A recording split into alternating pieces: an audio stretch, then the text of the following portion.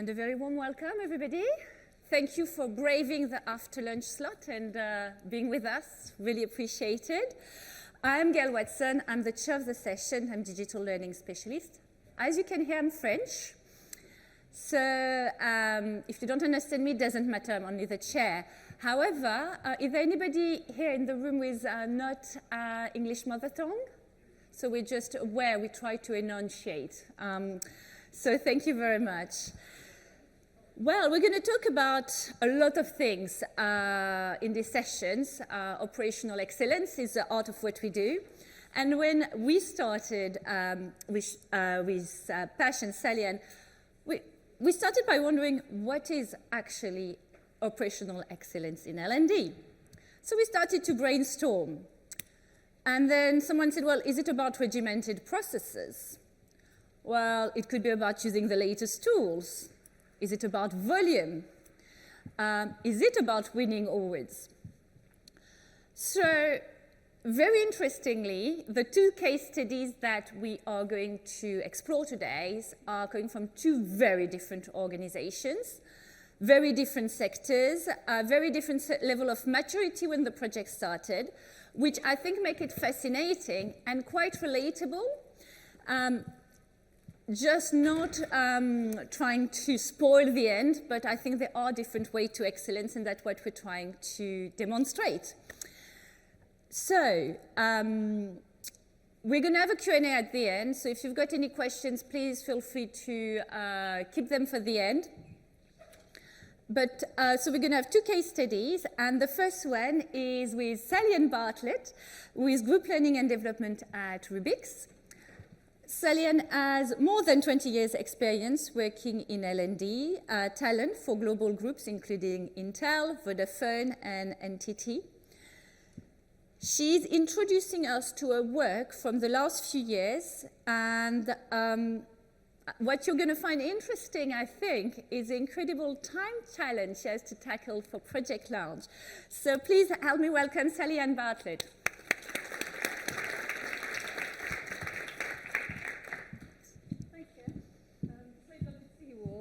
And I'm really excited to be able to share my story. I hope it's something a little different for a couple of reasons. One is that I work for Rubix, which is a private equity company, so that brings its own challenges. It is a company that needs multiple languages. That's been another one of my challenges. So when I joined the organization in 2019, they had an LMS, technically, in the UK team, but it wasn't used. They relied on good old-fashioned, really solid face-to-face training run out in the local teams, out in the branches. Really good quality training, but quite different country to country.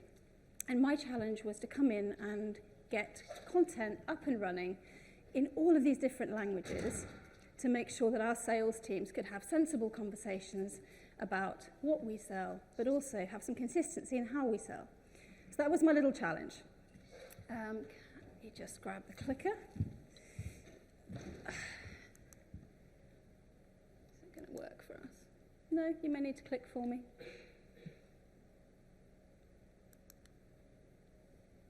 No.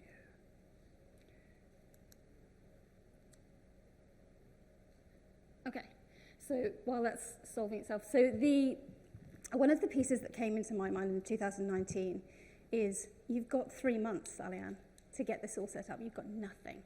In 3 months' time, there are going to be thousands of users wanting to log into a website that has content that's right for them. How on earth am I going to do that?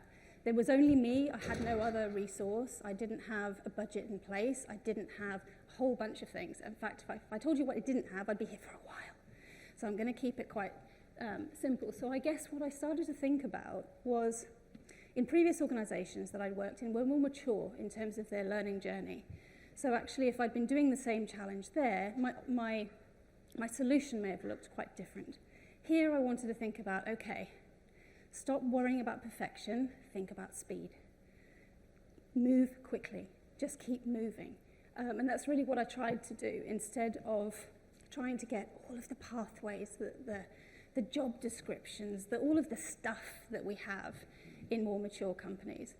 And actually what I found, and I'll show you through some of these slides, is actually focusing on speed did not impact the quality of the product that I put out.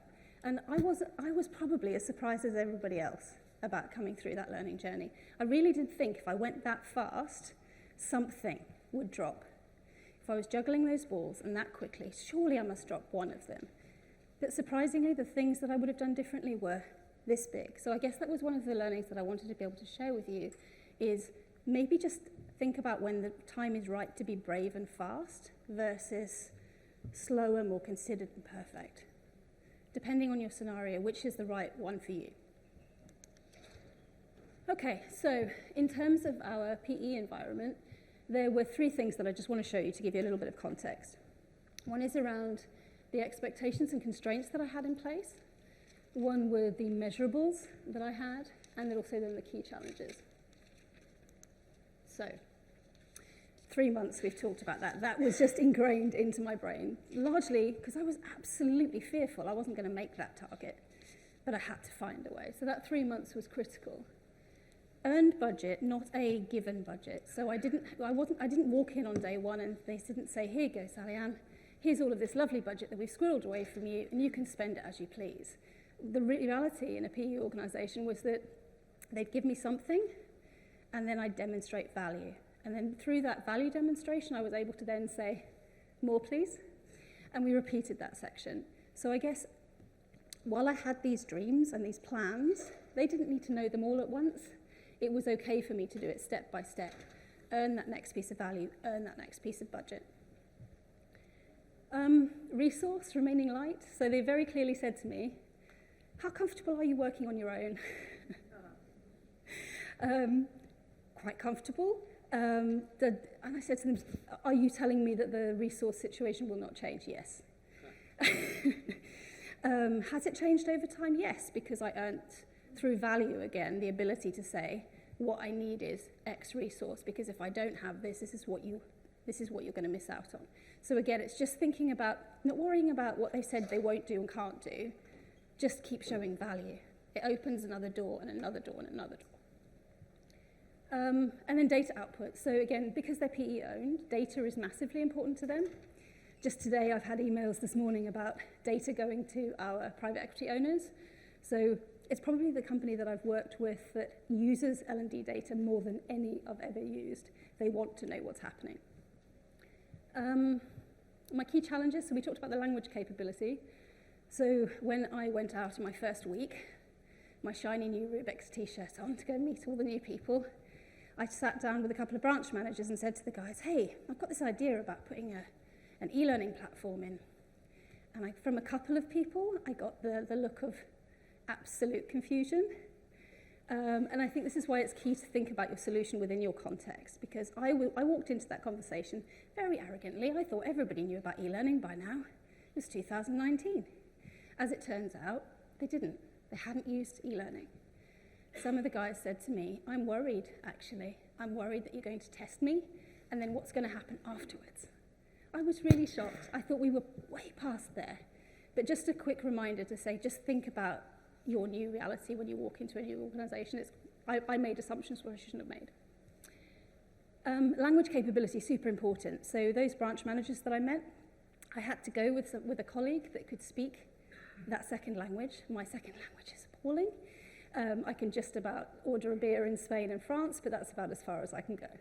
So actually connecting with them, I made sure that I had somebody that could help me to do that, because what I found was I was going to get this much penetration into the organisation if I just went with English. I now have to release all of my content in a minimum of 7 core languages to make sure it gets out into that organisation. This was challenging. So you remember I said that one of the expectations was data? I don't have an HRIS. I don't have an automated system that pulls in all of the data from our 10,000 people. We have systems in place and we manage that data, but it's not as automated as I thought it would be. So again, it's just about thinking about your environment, working with it, rather than complaining or trying to find a way to get it to bend to your will. At the point at which we launched, we had 8,500 employees across those 22 countries. Again, some of those systems challenges that pop up. you know, connecting into the IT folks to say, you know, I'm about to launch this lovely new portal, would really like it if people could access it, would really like it if people's emails and invitations don't go to, you know, outboxes and junk mails and all that sort of stuff. So lots of practicalities to think about in that sort of space. And then we talked about resource. I was that one FTE. So I wanted to give you a little bit of a sense of where we started. It was an interesting greenfield site with some significant challenge. Measurables, so speed. That 3 months just wouldn't go away. Every time I walked into a meeting, 3 months, Sally-Ann, are we on track? 3 months, 3 months. Accreditation was super important for them, so to be able to track that, they wanted to have that tick in the box to say, these people have had access to this training, these people have completed this training. Really basic markers, because we were on the beginning of our journey. And then the employee engagement survey. For the first time, they had direct questions about the Rubik's Academy of Learning. So that was a real win for me. I was so excited to finally see those questions going in, and it gave me something simple to compare to. Okay, so we're going to talk about these 3 areas, so a little bit about technology and how this played out in Rubik's. So how do we use technology to be a small team but have a big reach? My real hope there was that when I started this little trick. I started replying to emails saying, the Rubik's Academy team, people started to believe that I was more than one person.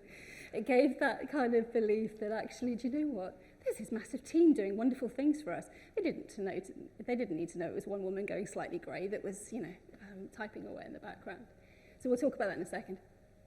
Sourcing or using existing technology. So this was another decision point. So was it speed versus perfection, or is it sourcing new stuff, using things that are already existing? Which way do I go, to what balance?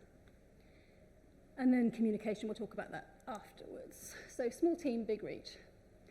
I think when I thought about that 3 months, I thought, what do I want people to feel like when they go into my system for the first time? I want them all to feel like there's something for them. And actually, I was owned by the sales directors at the time of launch. So they were very keen that I disproportionately focus on sales. And that made absolute sense. It's also the biggest chunk of our organization. However, the last thing I wanted was one of my colleagues in HR, finance, marketing, category management, etc., to go in and find nothing exciting for them, just sales stuff. Because then I've accidentally branded it as a sales portal. So I decided focus on the internal stuff for sales, spend your money and your budget and all of your time in terms of content creation, working with SMEs on that side.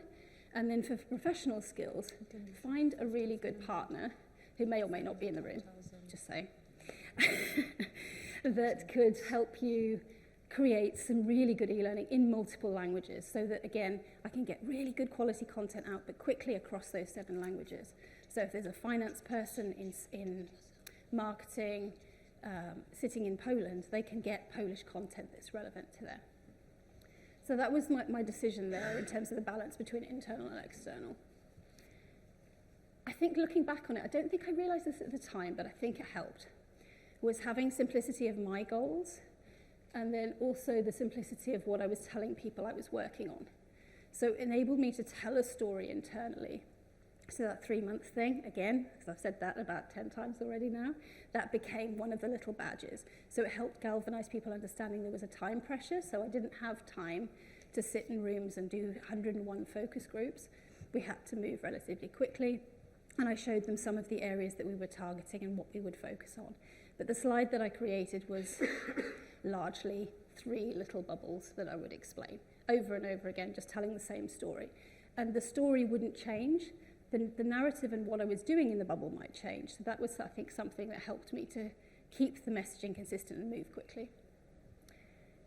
And then, while we're talking about technology, the automation of the reporting and the new hire comms, again at launch with one person to manage it, I had to try to think of ways to automate as much as I could, because otherwise, 10,000 emails from people asking about their account, I'm not going to get there. So really, I think one of the key pieces just to share with you in that space was think about the mechanisms, the tools, the processes that your organization already has. What can you piggyback off? It's much harder to start a new process. It's much easier to tweak an existing one to get what you need. Okay, I think we talked about that one. So this is an example of where we started. This is what I inherited on day one. Literally an empty shell of an LMS. But by utilizing the existing one, it reduced all of that time. So I didn't have to sit and listen to 101 LMS vendors tell me the wonders of their wares and try and work out what the difference was and work out the costs and all of that sort of thing. I decided, based on my experience working with different LMSs, they all have pros and cons. None of them are going to be perfect for you. There are going to be some that are better than others, depending on your scenario. But I figured, how bad can this be? So I gave it a shot. There was risk there, but if I hadn't taken the risk, I absolutely would not have hit my deadline. So this was the option that we took, and I decided to rebrand it and tailor it. So it made it feel much more Rubik's and fill it with really good internal translated content plus that external content that we purchased outside. I also just wanted to share with you around the micro-learning technology. So this is a now moment rather than launch. Instead of trying to do everything all at once, as I said, I had plans for the future, but I just didn't tell them about them then. So we've just launched a new micro-learning, kind of like a sister tool to our LMS that really takes it to that next level of technology and automation and learning. But that was not something to focus on from day one, because again, 3 months. If I want to do something well, it has to be focused. I have to stay focused on one area. I think it's really easy in technology to get really excited about all of the wonderful technology because it does amazing things. But I think my learning was focus on what you're really trying to do and grab the tech that helps you. Don't get distracted by the pretty shiny tech and then try and find a way to use it. For me, that's the wrong way around. Okay, so we talked about the communication piece. I think without that in our organization, we would have been in trouble. We wouldn't have had people signing up. I wouldn't have been able to show data to show that people are engaging in our new portal. We used Yammer once it existed, but before that, and again, this is our industry and the sign of the times back in 2019, there were still branches that used to do communications old style, posters, connection in branches. So we didn't lose that, we just built on it. So we've added Yammer. We haven't taken away some of the older style approaches because it works for certain parts of our business. Okay. And then the using authentic peer voices, I think that was super key for me. I never want our L&D comms to be super, super slick. Again, it doesn't work for our organization. It's not who we are. We're a little bit more authentic. And we have a whole bunch of our learners doing little tiny nugget videos for me that come and tell other people around the organization how great things are. Because I could stand up there all day long telling them how wonderful I think it is, but that doesn't mean anything. I need them to feel that and to share that. And this is where we got to for launch. So this is the 3-month product. We turned that little basic LMS into something simple but clear, I hope. Something that connected to our industry. We even, I didn't have time to go and source new pictures. I just went and found ones that we already had in our business. So again, I'm just looking for ways to try and reduce the time so we could just get on and launch. Because as much as I would have loved a different picture, does anybody actually care that much? No, they didn't. They all loved it. They came back with lovely feedback about how easy it was to navigate and how it was connected to our brand at the time. Okay. And this is what I focused on over here, much more than, sorry, can you pop back for me? Sorry, just one forward. Thank you. This was much more important to me, was creating the practicality. So again, back to the outcomes that my PE owners want. They want to know that people have a clear understanding of what Rubik says should be completed. And I know this isn't rocket science, but for us it was, because we had nothing. So I think we are just focusing on getting those foundations in. And now we have role-based training that is both mandatory and recommended across our different role types. Okay, and this was today. So we haven't actually changed that much, right? from the original launch product. We've made it look a little slicker, a little cooler, hopefully. But actually, our foundations were right.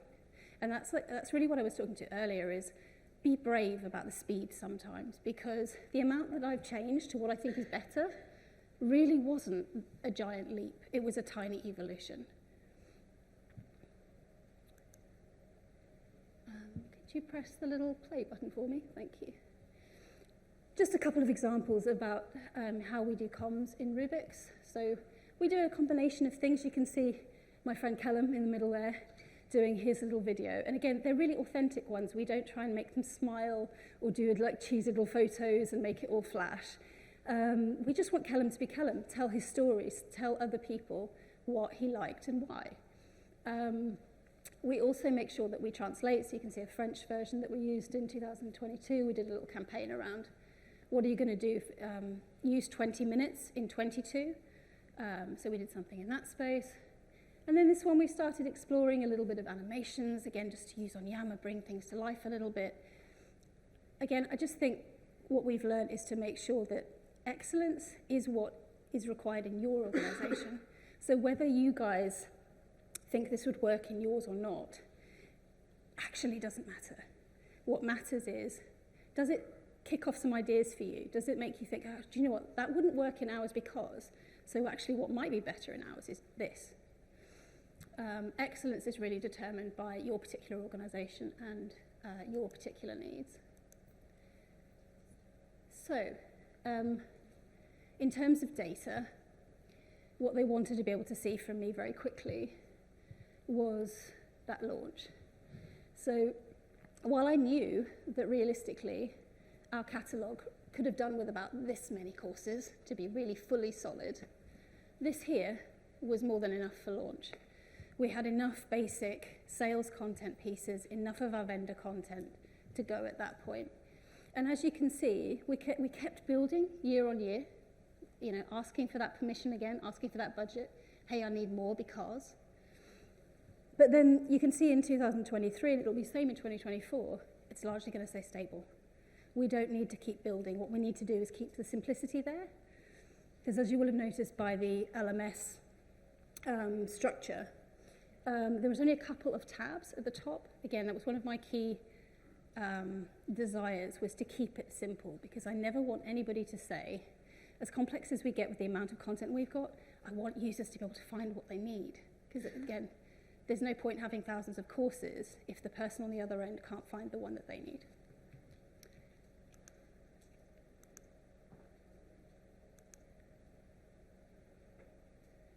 Yep, okay, so in terms of the success measurements at the end of this launch, we met the 3 months. In fact, we pulled in maybe 4 days in advance. We created this mandatory program capability and this 80% target rate, and we still measure against that now, and we're doing pretty well against that. You'll see that in a second. Learner engagement, we wanted to get at least 70% positive. I think this year we got nearer to 80 this year from memory. And then ENPS as well. There's a connection between ENPS in Rubik's and our engagement survey. And again, we've been able to show correlation between the two. So just wanted to share those as ideas for just being able to show value, because it doesn't always have to be some of our standards. These were the ones that made the most difference to my board. So they are completely different. If I talked about a different organization, showed you those measurements of success, company to company, they'd all be really different. This is the one that meant the most to them. And just a quick visual. So again, remember, we didn't have an HRIS. So we always are going to have a bit of a data challenge, but we're now at this place where we can show data, we can show people per market, per country, per branch, per role type, all of those different cuts, we can manage that. But again, I wanted to keep it really simple, so we have a dashboard that now our execs actually use. But as much as I love my HR colleagues utilizing the dashboard, which they do more than once a week, my litmus test was, is this data taken to Advent, our owners? Yes, it is, and it was taken this morning. So obviously the data is, again, driving value, and I think that's always been the litmus test for me. If I've done something and released something, where is the value? Who does it provide value to? If it doesn't provide value to either my PE owners, and or to my learners? The answer is no. Okay. Okay, I think that's it. Thank you very much, Salian.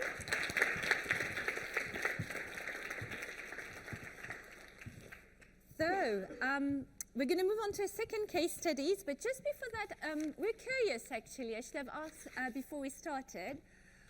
How many of you work for organizations where there is less than 500 employees? Few, wonderful. Who amongst you work for an organization who's got less than 1,000 employees? 500 to 1,000, great. Who's got more than 1,000? So that answer your question. So thank you very much, everybody. Our next presenter is Pash Reddy. She's head of Learning Academy at KPMG. Just like Salian, she's got over 20 years experience in the industry, so we've got collectively quite a lot of years, even if we look very young. And she's worked for many global organizations, Forensics Risk Alliance, Deloitte amongst them. And she's also a lecturer at the Open University. Her challenge was quite different from Salian because she comes from a very different organization. And it is a very good case study to compare, and so I'm encouraging you to think about your questions, and please help me welcome Pash. Thank you. Thanks, Gail. So I'm going to ask you to please bear with me because I've not presented to a group this large in over 5 years. Everyone that I present to these days are about that big and that big, so everybody's virtual, so please do bear with me. But it's so lovely to see such a group of people coming together to talk about our profession and to learn about our profession as well. And it's lovely to see some familiar faces in the room. I've just seen a friend from school, and I haven't seen her for over 20 years, so absolutely amazing to see you. So my challenge and our challenge at KPMG is similar to that of Salian. Of course, though, we are a more mature organization, and we have quite a bit more of employees around the organization. But when Salian was talking, everything that she was talking about was quite similar to what I'm going through on a day-to-day basis with my team. So I'm extremely delighted to be speaking to you today, but I'm hoping that I can learn from you as well, so we'll keep that interaction and engagement going on. But I mean, we know our world is changing, right? I mean, science fiction is becoming science fact. I mean, every single day, if not in every single meeting, there's talk of Gen AI, there's talk of data, there's talk of technology, and I'm going, I don't know anything about any of those. Yes, I've dabbled with ChatGPT and co-piloted work, but that's the extent of it, I don't know anything more than the title and what it could possibly do. But I'm being asked, and when I say I, myself and the team, is how do we actually skill up our people and our colleagues for the future? Okay, at KPMG, it's our job. We exist to sell our expertise. So we need to make sure that our people are at the forefront of knowledge, skills, and the behaviors that they can help our colleagues, our clients solve complex problems. So that's the big challenge, How do we make sure that that's happening? But we put learning out there, we put content out there, we put tech out there, and do the learners come? Maybe not. Okay. So learning data is showing there's not much engagement. We're putting it all there. We've actually, Salian had you inherited the LMS. My team inherited probably about 20 different types of technology. Okay. Our people don't know where to go to find their learning. And so the learning data is going, okay, nothing's happening there. So where I'm getting at, long story short, is that our roles is actually supposed to be learning architects and performance support, okay? It's our roles where we have to create an environment that is conducive for learning, okay? We need to support them by giving them the tools, giving them the resource, but we need to create and help them sort of create this learning mindset and a learning culture, okay? So where are we going wrong? Okay, where are we going wrong? And that's the big question for all of us, and I'm still trying to solve for that as well. Okay, I absolutely love this quote. So fall in love with the problem, not the solution. Has anybody heard of this quote before? Yeah?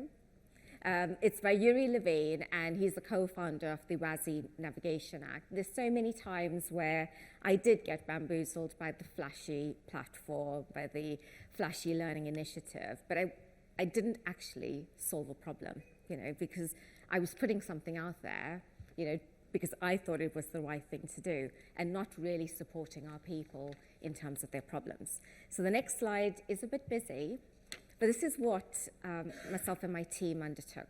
Okay, we did an enormous amount of research across the organization. We spoke to our senior leaders, we spoke to our line managers, we spoke to our graduates and apprentices coming in, as well as then looked at our sentiment, surveys, our GPS survey results. We looked at our growth strategy, our values, and we really unpacked where were the pain points that our people were experiencing. What were we solving for so that we could put the right initiatives together? Okay, so don't underestimate this in terms of L&D excellence and operational excellence within learning.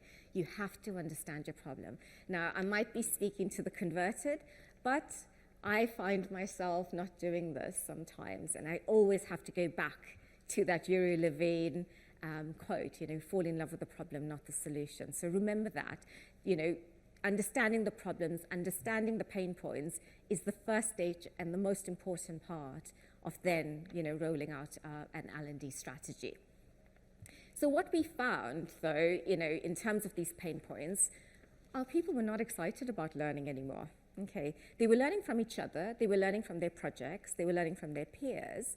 But when we talked about our, flashy new technology or learning initiatives and classroom learning, they weren't excited about it anymore, okay? And the reason being is that as soon as you create content about the topics that I mentioned, technology, data, Gen AI, it's almost out of date before we even put it out into the marketplace, into our world. So they weren't excited about it anymore because it wasn't relevant to them, okay? Another key point that there was too much of learning offered. So we almost had the opposite issue to Sally Ann here. We had too much, okay? We had too many entry points into learning. People were confused, they didn't know where to go, and it wasn't a great user experience. Our GPS was telling us that our people were hungry for learning, they just didn't know where to get it, okay? So we had some really complex problems that we needed to solve for. And then also, speaking to our learning team, they'd lost their purpose as such, okay? Because they were looking at the learning data, they were looking at the stats, and it wasn't showing that people were engaging. So it became a bit demotivating for them as well. So they weren't excited about it. So really what we had to do is take a step back, had a look at the pain points, think about what the changes and improvements would be, the benefits, and then what would success look like. But we couldn't do it in isolation. We once again had to go back to our stakeholders that we spoke to understand their problems and validate and work with them to develop a strategy. And this is what we've created. So we've created something called the Space to Learn strategy. And one of the key points that was coming up in the pain points, which I didn't mention, was that our people were struggling to get time to learn as well. So as consultants, and maybe in this industry only, but people, they're on client sites. Our colleagues are out, solving big problems. They just didn't have the time to learn as well. So that was one of the key things, or they didn't feel like they had the permission to learn. So what we had to do was work with them to do that, and that became one of our key ambitions, is to help our people find time to learn and give them that permission. But really, our mission here, and you can read it on the top there, is to lead the way around creating a learning organization, a learning culture, a learning agility piece there. So where people are curious and they made every moment a learning moment. And what we were going to do as L&D, as the L&D team, was really give them that tools and the resources to support them as well.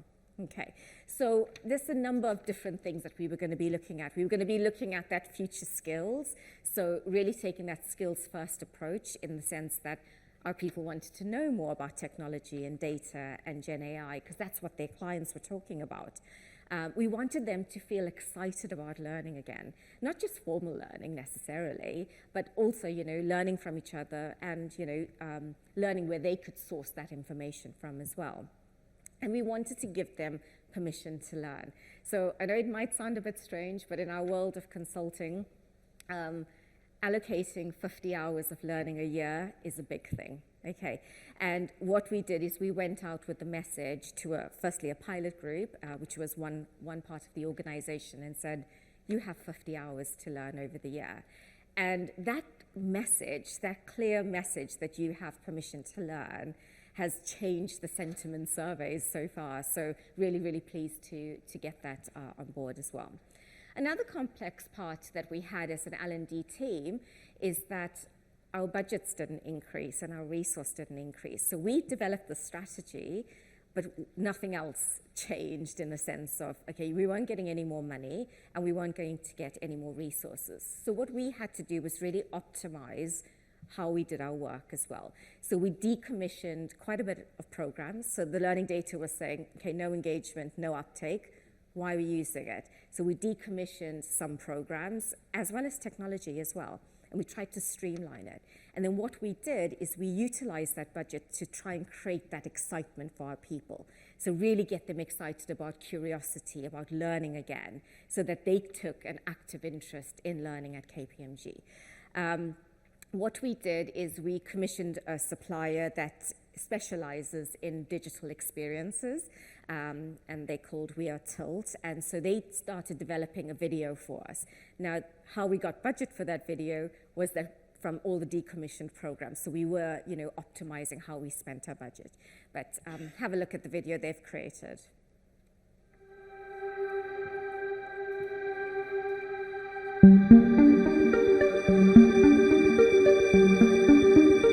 If I shuffle this deck, how many times do you think a pack of cards has been shuffled in the same card order anywhere in the world? 100 times? 5,000? A million? Well, the answer is likely never.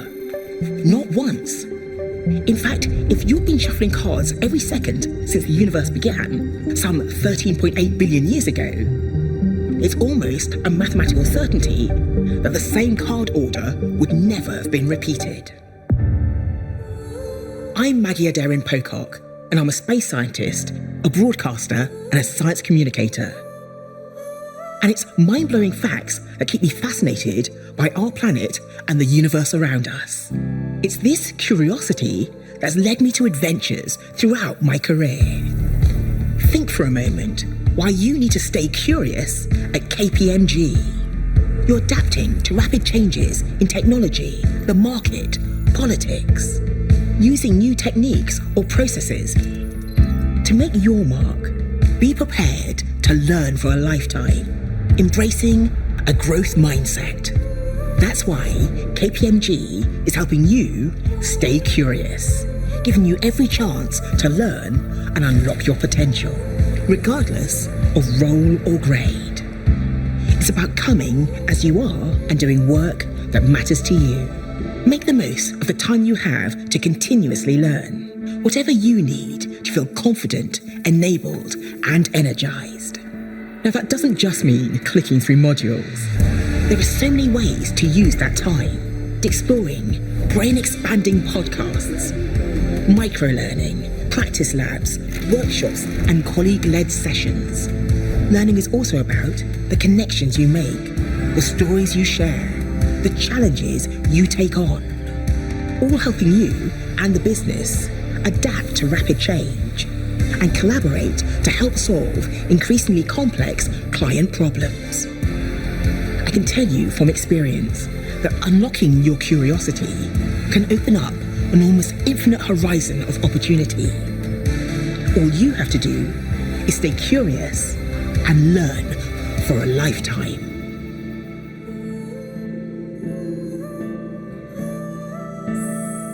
So this was the launch campaign for Space to Learn. And as you can imagine, we blew our budget on that, and only had spent it on one video. So we couldn't do anything else fancy for the rest of the year. But it was a 12-month campaign that we were doing, and we used this video in everything. So we used it in every activity that we had around learning. So it was the start of every learning program. We sent it to all of our managers.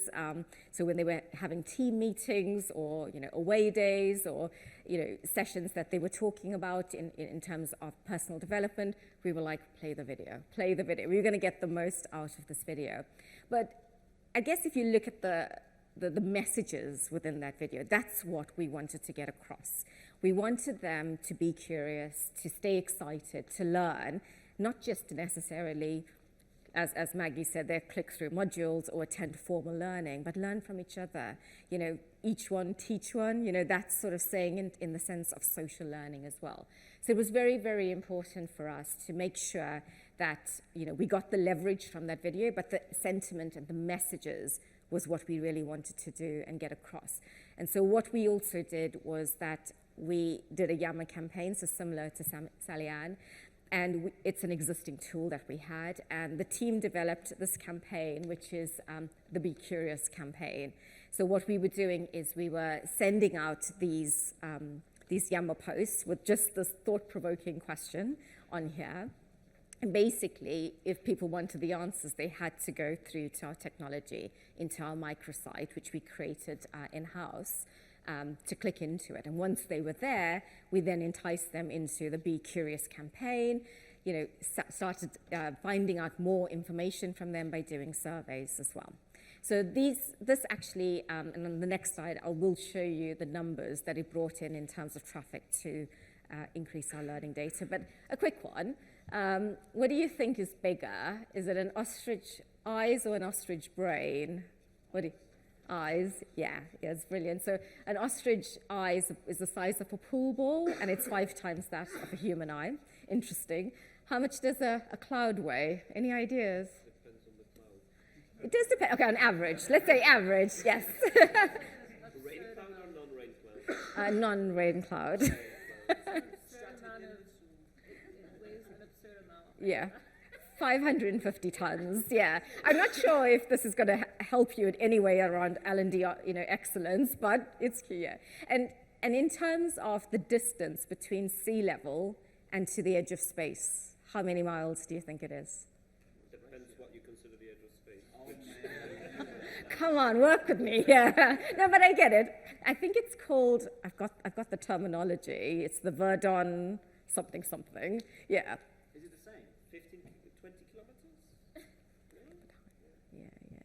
62 on average, yeah. Yeah, 62 kilometers. 62 miles, sorry, not kilometers, so it is a bit longer. Okay, so all of this did help us drive people to our learning. So they were getting excited about learning again. And, these numbers was for the pilot group that we did, which was Deal Advisory, is a part of our business. So since we launched the film, we were driving a lot more traffic to our learning. The people were becoming engaged. We were getting a lot more queries around learning, and I think that does help because it tells you that people are interested and they want to be involved in learning as well. Okay, but we still had a key problem. We still had too many entry points into learning, too many areas in terms of technology, and people were struggling with making sure that they were getting the right learning at the right time. So what our team did was introduce new technology. We went through the same process again. We went back to our colleagues. We went back to our business. We went to understand what do they actually want, what do they need. And, as you can imagine, they were telling us they wanted personalized learning, they wanted social learning to learn from peers, they really wanted an opportunity to have just-in-time learning, so, making sure there is mobile, so all of the stuff that you know already. And then we undertook an exercise to find the right supplier to work with. So we did go out to tender, it was a long process, and eventually we did settle on a supplier that was able to do 7 things for us, and you'll see it in the next video, which will be 2 minutes, and I'll cut it short.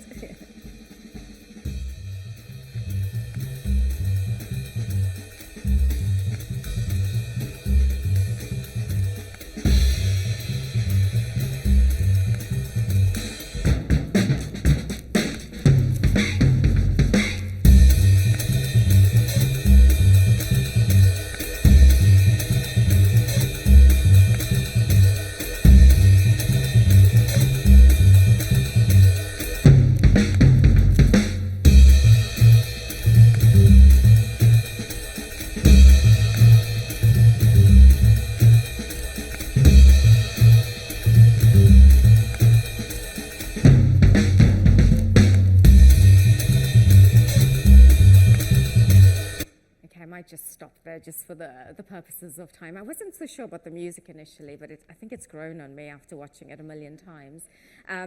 Just a hint on this here, we didn't pay for this video. We used a supplier. We said, if you want us to use you, you need to create a nice, snazzy video for us. So we because we'd already blown our budget. So that's one way to do it as well, right? Sorry, suppliers in the room.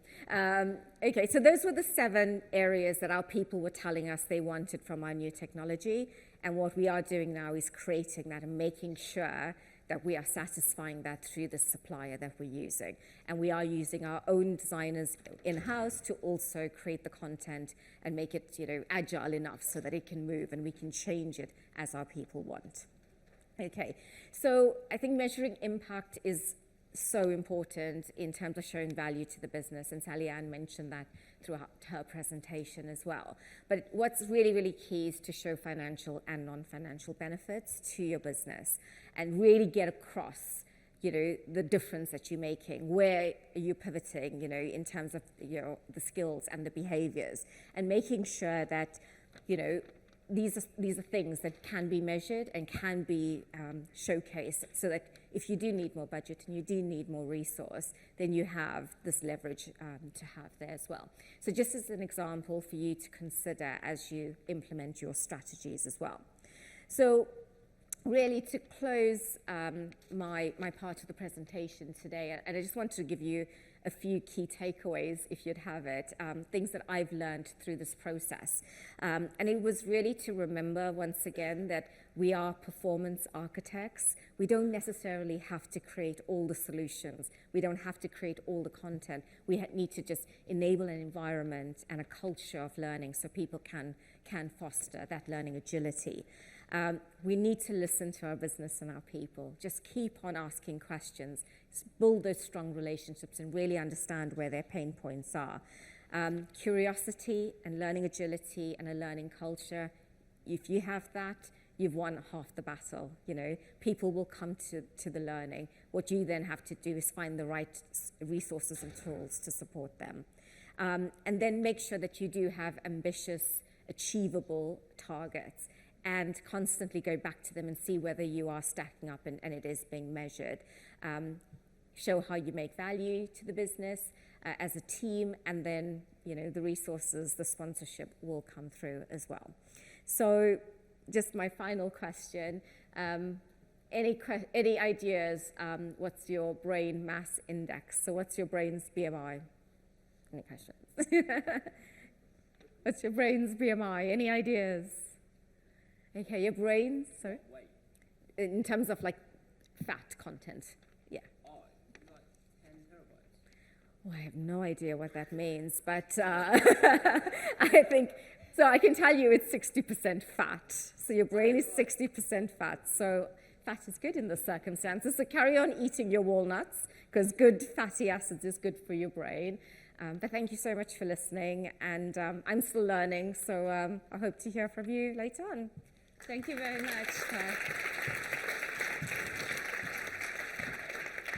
Thank you very much, both of you, and thank you very much to all of you for paying attention.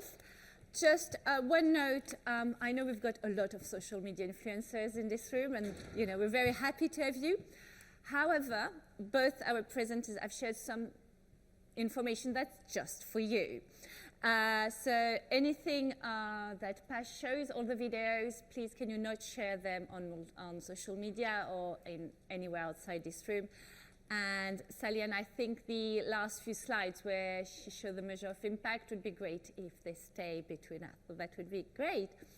So I'm sure we all have a lot of questions, and we've got a microphone in the room, and in a second I will ask you to I will invite you to ask a question.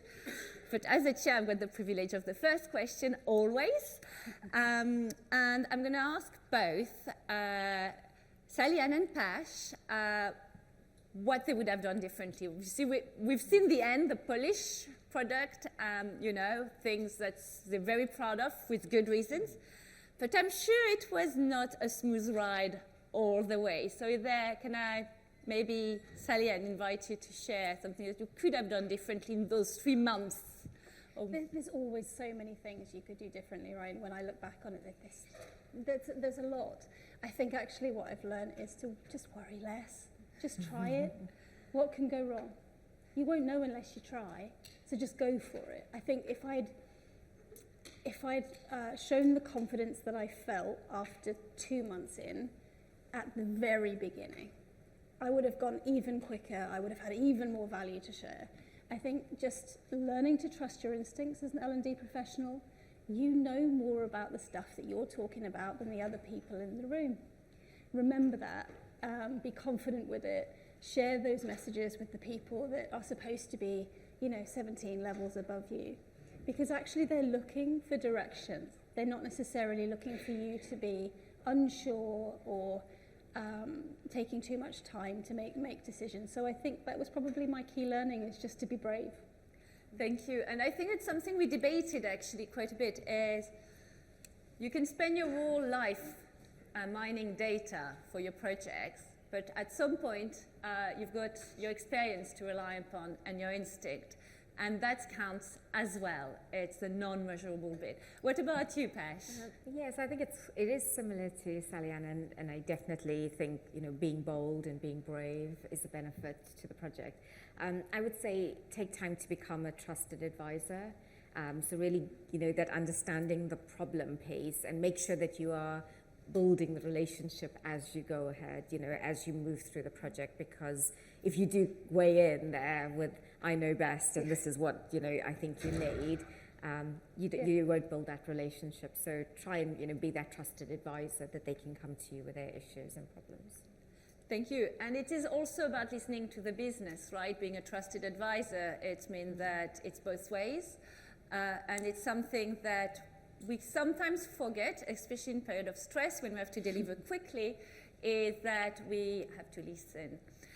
So thank you very much. I've got hundreds of questions, so if none of you has questions, it's fine. I can carry on until coffee break. But I would like to invite you to, if you have questions for either Pash or Sally-Ann, to ask your questions. Hi, my name is Nate. Loved your talk, Pash. I did something similar in the company I used to work for, and we saw some amazing increases in the tools from our kind of micro communications. The problem became that instead of being a learning and development department, we essentially became an internal communications department, victims of our own success, I know. Do you have any advice for, if you're directing the department, do you, as you were saying, follow kind of what the business needs and lean more into that internal comms role? Because if that's clearly what is going well and that's what the business is asking for. Or do you kind of more silo yourself off and say, hey, listen, I know that we're great at this, but here are the other areas that we would like to add value in?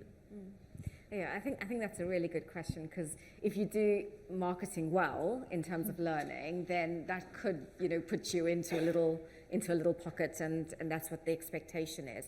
So I think I'm just going to go back to my fall in love with the problem, not the solution. If the problem is that you're lacking communications and people don't know where to go for learning, then it's okay to do that piece of work. But if you find through your discovery piece that there's other pain points, there's other issues that does need to be solved for, then it's important for us as L&D professionals to understand how to build a business case to get to that point. So you're going to help them what they think is needed, which is the comms and the marketing and highlighting what it is. But if you think, so in my case and in our company's case, the pain point was the technology. Okay, people didn't really sort of understand why that technology was an issue. We knew we had 20 different platforms. We knew it needed to happen. So we had to put a business case together with measurable impacts to show we needed resource, we needed budget to get that work done. So I think we underestimate how that skill set that we need as L&D professionals, that we need to build solid business case to make sure that other pain points are solved for. So I'm not sure if that answers your question, but I think building solid business cases will help you then solve for other problems. Thank you very much. Thank you very much, Sally, for your response, and thank you for your questions. Any other questions? We've got one on the third row, please.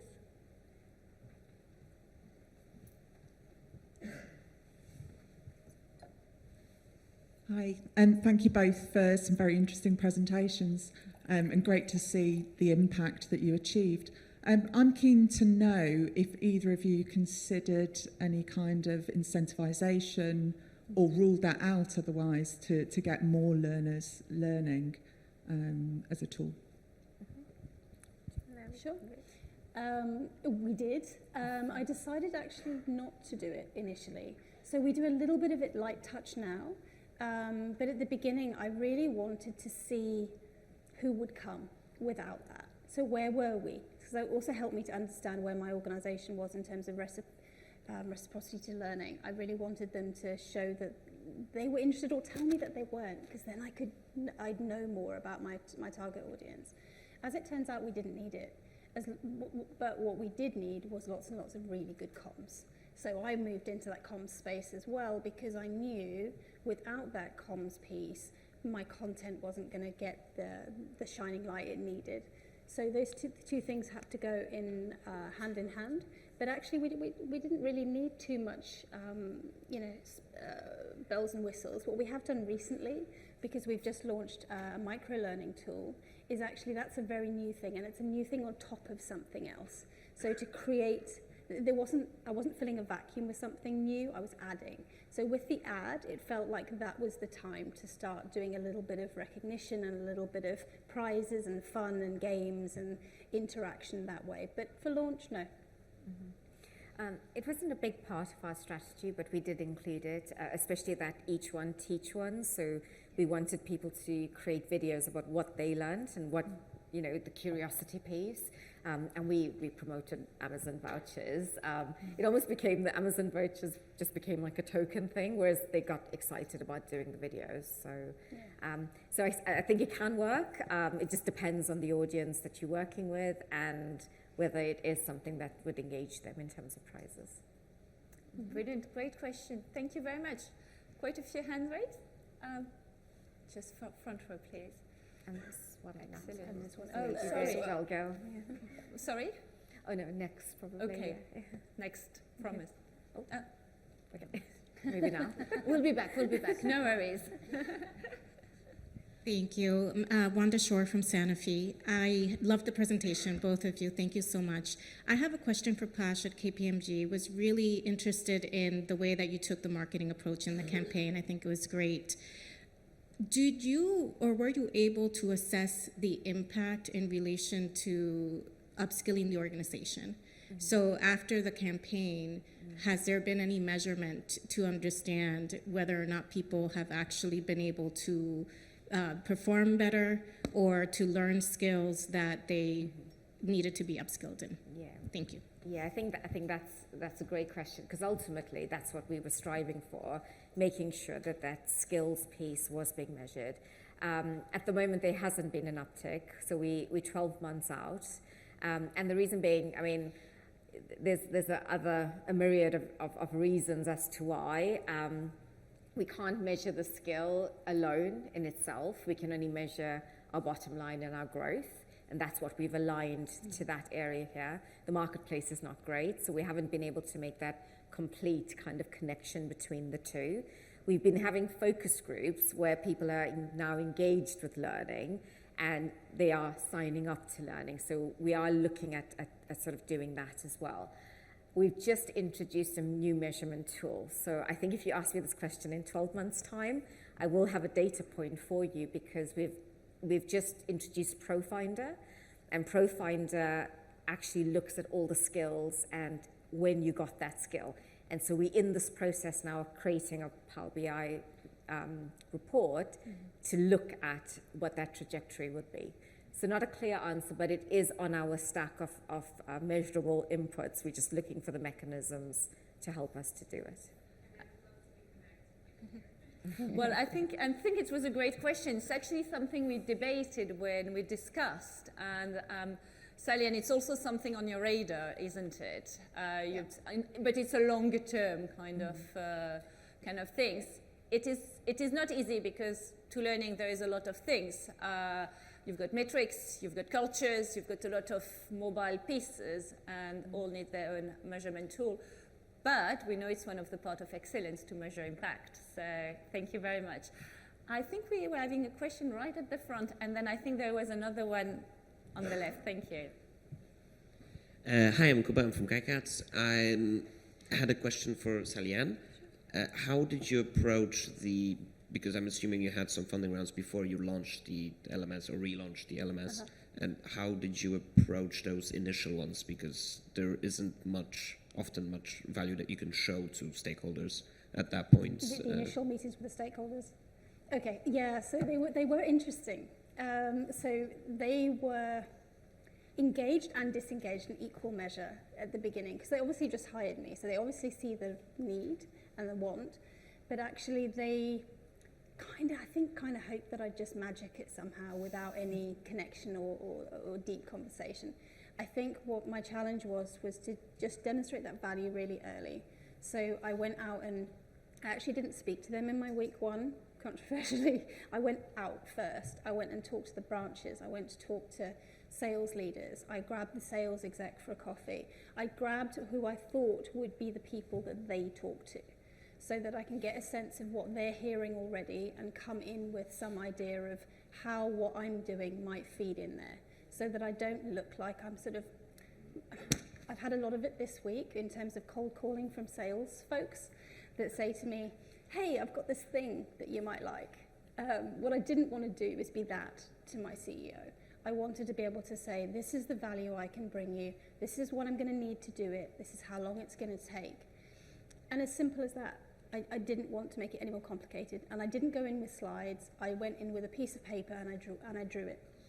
Drawing is a really, really powerful storytelling tool, and I think it's underutilized in the L&D field, because I've done a lot of sales training in my past. My sales teams have taught me how to do that, how to do a little bit of narrative, keep it really simple to help to keep people engaged around that table while you get that value agreed, and then you can move on to that next step. So that's kind of how I managed it, step by step. That's great, and absolutely, we all talk about learning technologies, but they're tools, and sometimes pen and papers are a great tool to articulate ideas. Thank you very much for your questions. Thanks, Aliane. And with the gentleman on the fourth row, please. Thank you both for your pieces. Pash, I wanted a question for you. It was mainly about the provider that provided 7 things. I don't know if you're able to give away the name of that supplier, but yes, is a...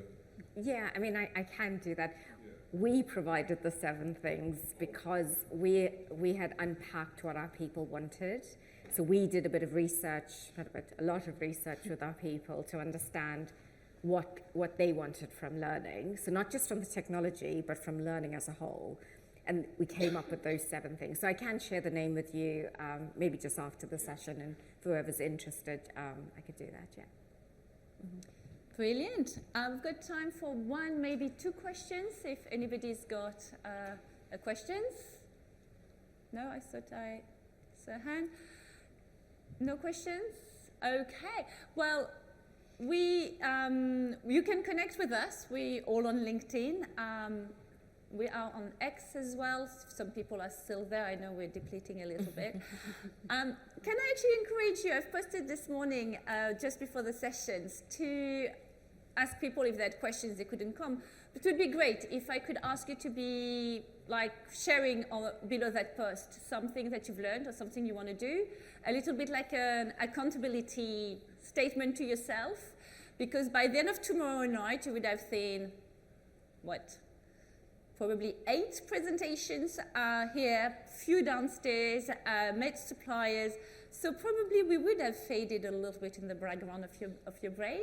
So if you made this accountability, someone might actually trigger you when you're back in the office next week to do something about it.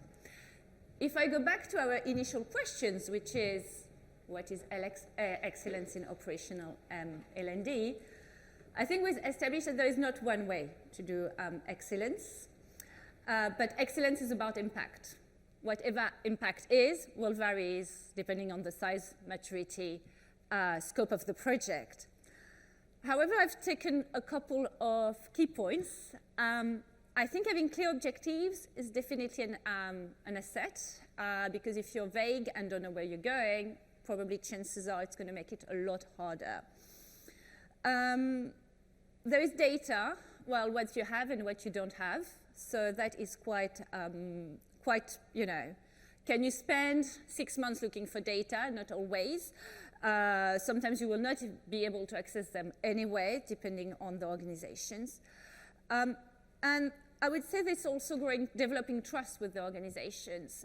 If there is a little bit of bad history, you will have to regain the trust of the business and the stakeholders. And one last thing that came out right at the end is be able to communicate, put in place a communication strategy. And it's something that we sometimes intend to overlook a little bit because we're so proud of our project that we think it's going to talk for itself. Not always. So anyway, I hope you've taken a lot. I think it was really 2 great case studies that gave us a lot of ideas, so I invite you to thank Pash and Salian for the great presentation.